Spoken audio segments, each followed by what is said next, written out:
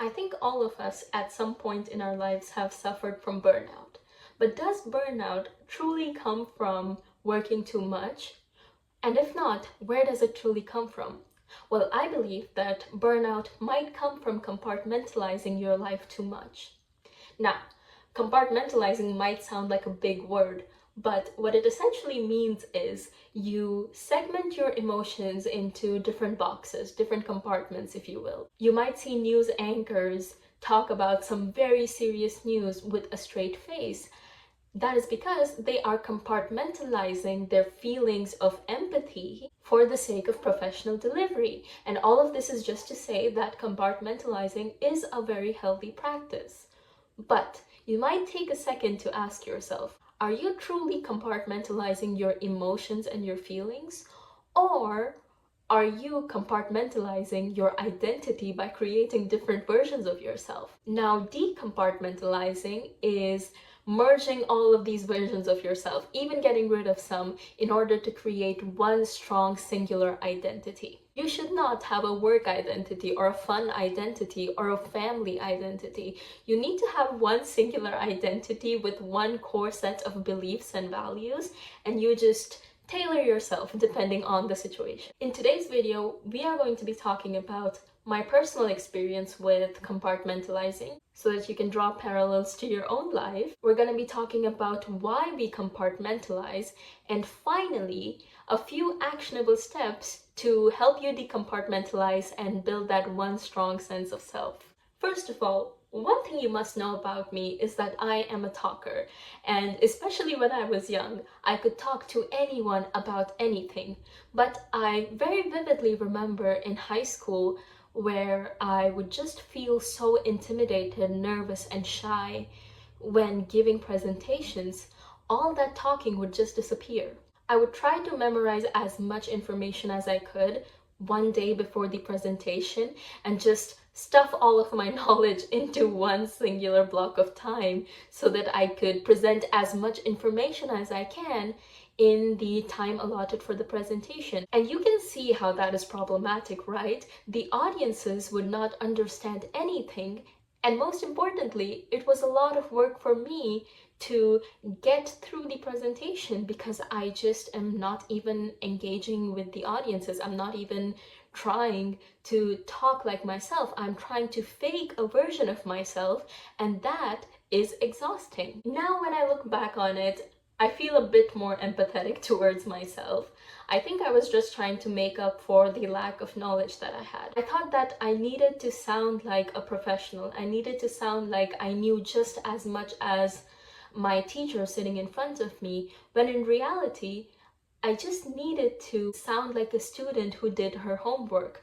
I did not need to sound like a professional. So when I realized this, I started actually showing up as myself. I started talking like the way I would talk and just presenting my information in a way that was the most understandable for the audiences.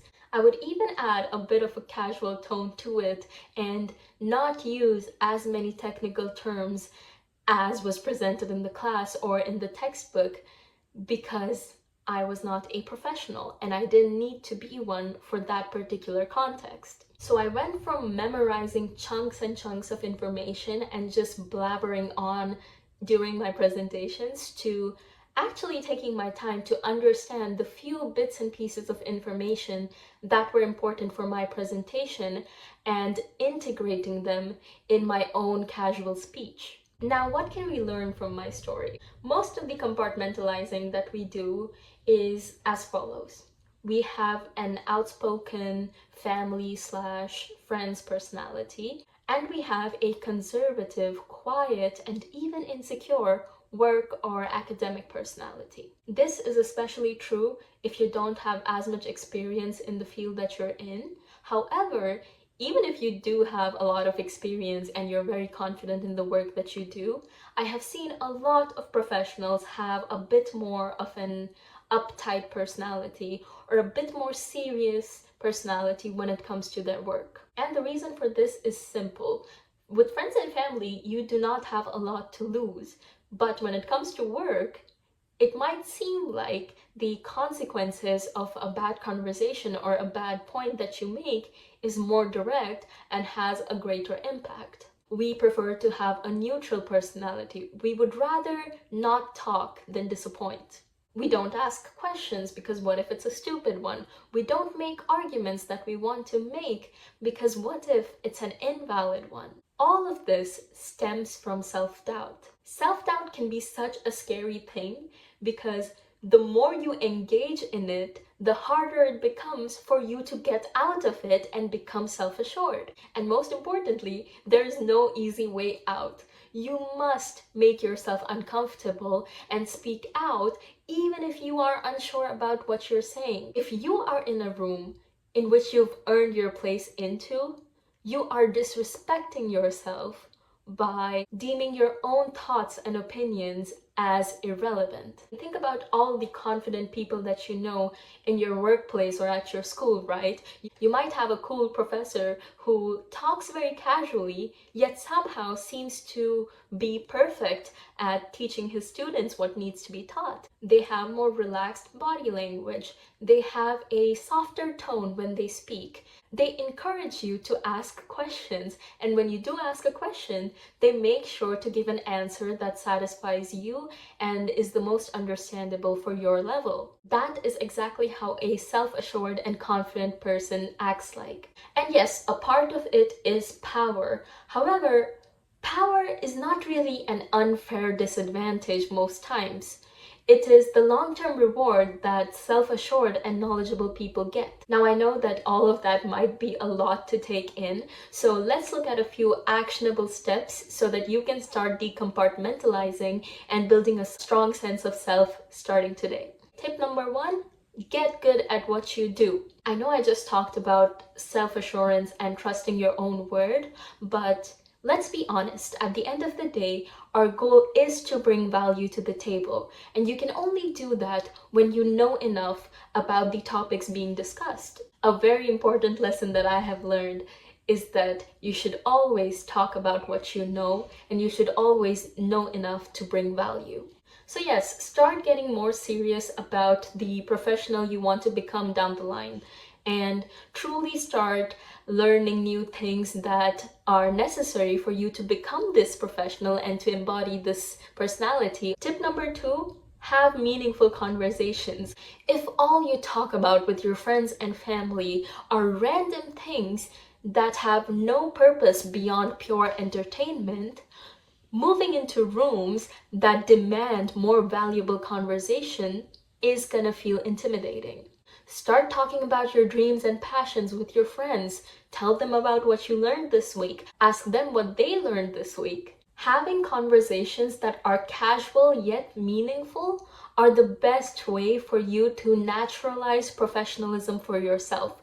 Professionalism doesn't need to be limited to a professional speech. They can also be just meaningful conversations that you have with your friends and family. And yes, there are always going to be people who do not appreciate meaningful conversations and always want you to default back to the random meaningless conversations that you usually have. For your own self, it is important to have at least one conversation, one meaningful conversation with a person that you feel comfortable with, in order for you to naturalize professional conversations for yourself. That's one way in which you can truly start embodying the professional that you want to become, as we talked in the previous tip. Number 3, stop doing things that you're not proud of.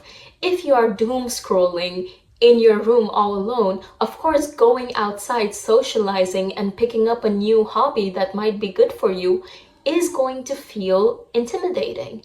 If you are so used to hanging out with people that are not good for you, stepping into rooms that are right for you with people that are right for you is going to, ironically, feel alienating. Stop doing things that you're not proud of, whether it be people, habits, or anything in between. And on that note, start doing things that you're proud of. And if you don't know where to start, a great way is to watch vlogs from people who are actually living the life that you want to live. and really start picking up on the small habits that they do every single day. They might read a book for 10 minutes before they go to bed. They might go for a run. When you do things that you're proud of, you feel better about yourself. And when you feel better about yourself, you become more confident in the conversations that you bring. And finally, engage deeply and express openly. A big part of becoming the person you want to become and building that one singular strong identity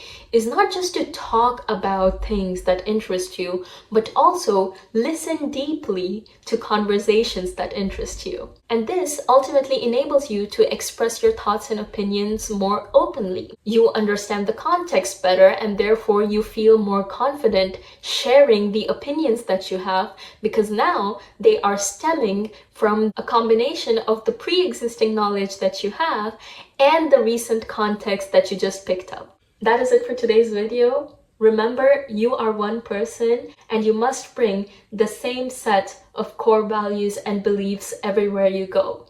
Nobody trusts a doctor who smokes, and nobody trusts a policeman who turns a blind eye towards crime when he's off duty, even though neither of these are direct reflection of their incompetence. If your values are flexible, your identity is weak. And if you want to decompartmentalize and build one strong singular version of yourself, you might as well build a strong one. Thank you so much for watching. Bye-bye.